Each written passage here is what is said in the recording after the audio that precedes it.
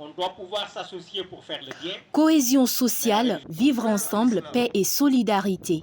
Ce ne sont pas de simples mots, mais des actes concrets à travers Ramadan pour tous. Une activité qui réunit chaque année des fidèles musulmans et chrétiens durant le mois de Ramadan. Cette année, l'initiative est à sa 6e édition et est placée sous le thème « Le croyant et le devoir citoyen ».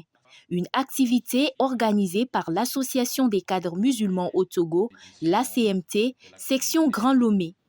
Elle est supervisée par le Bureau national de la coordination. Cette rencontre qui se tient chaque mois de Ramadan est un moment privilégié de convivialité et de dialogue interreligieux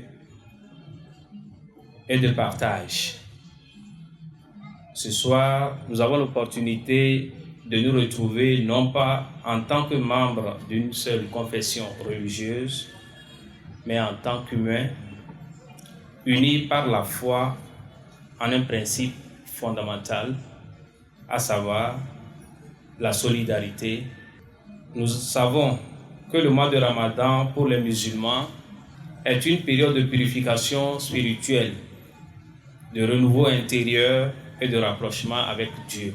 Mais c'est aussi un moment où nous pouvons nous rappeler l'importance de l'unité et du vivre ensemble.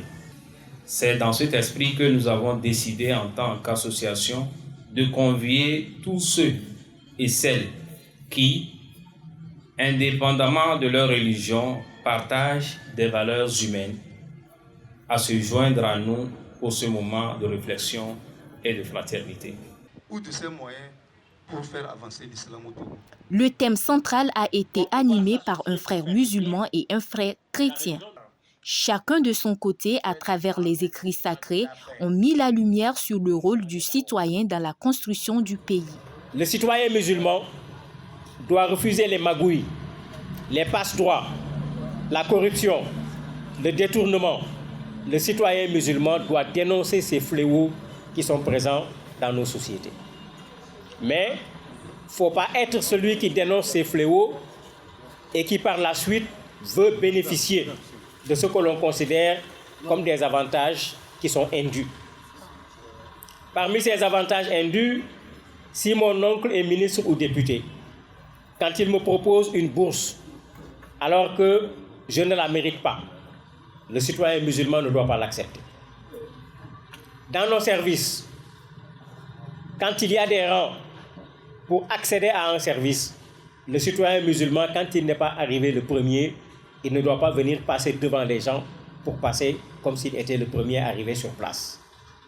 Le citoyen musulman doit se soucier de l'intérêt général et pas seulement de son intérêt personnel.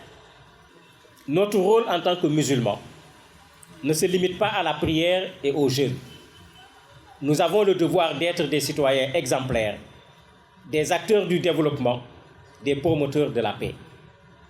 Nous devons respecter les lois, travailler avec honnêteté, aider les plus démunis, prôner la justice pour que toutes nos actions soient en conformité avec notre croyance en tant que musulmans.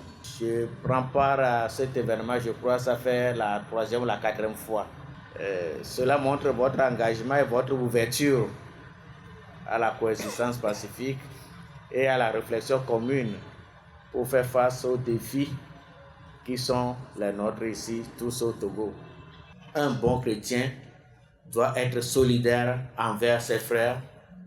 Un bon chrétien doit être celui-là qui respecte les lois de sa cité. Le bon chrétien, c'est celui qui, dans toutes circonstances, doit aller à la négociation, doit chercher la conciliation. Un bon chrétien, c'est celui-là aussi qui travaille. Il a quelque chose à dire pour le développement de sa cité et il doit le faire.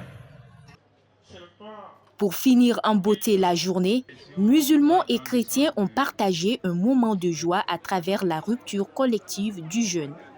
Une belle illustration de la fraternité dans une société où chaque individu peut trouver sa place, quelle que soit sa foi.